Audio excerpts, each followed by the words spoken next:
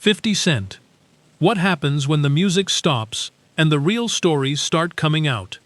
Right now, the entertainment industry is in the middle of exactly that kind of reckoning, and one name keeps showing up at the center of it all.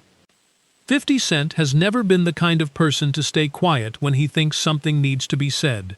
While others in his circle have built their influence through carefully managed silence and backroom arrangements, his approach has always been different, more direct, more visible, and according to those who know him, more accessible. People who've met him describe a figure who, despite operating at the highest levels of the industry, still makes time for the people around him. That quality, some argue, is what separates him from peers who've become increasingly distant from the culture that built them. The relationship between 50 Cent and Jay-Z has long been one of hip-hop's most talked-about tensions. Both men rose to the top, but through entirely different playbooks. Jay-Z built an empire through precision and restraint, boardrooms over block parties, strategic silence over public statements. 50 built his through momentum and visibility, absorbing pressure and converting it into forward motion. Those contrasting styles made competition between them almost inevitable. It's been widely reported that Jay-Z was resistant to 50 performing at the Super Bowl, and that it was Eminem who reportedly pushed back, making his own participation conditional. Whether those accounts are fully accurate remains a matter of dispute, but the story has circulated widely enough to shape how fans perceive both men's relationship. Now, with the fallout from the Diddy documentary still reverberating, attention is beginning to shift in new directions.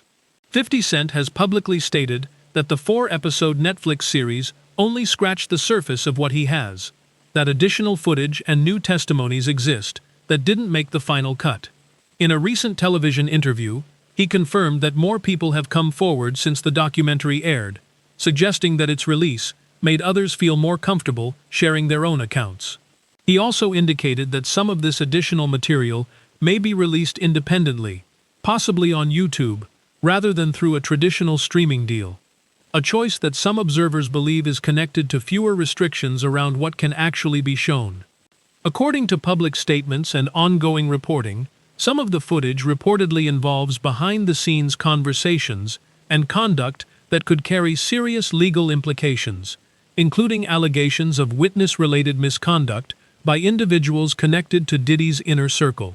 These are allegations, and they remain unproven in court, but their emergence has visibly unsettled parts of the industry. Where does Beyoncé fit into all of this? Fairly or not, questions are being raised. Not necessarily about any direct wrongdoing on her part, but about proximity, awareness, and what it means to stand beside someone whose past is now under a microscope. She has not publicly addressed the situation. Whether that silence is strategic, legal, or simply personal is something only she knows. What's clear is that a chapter is closing on the era of untouchable names in entertainment. Accountability is arriving slowly, unevenly, and loudly, and the conversation is nowhere near finished. If this kind of deep dive content is what you're here for, hit like and subscribe. There's a lot more still to unpack.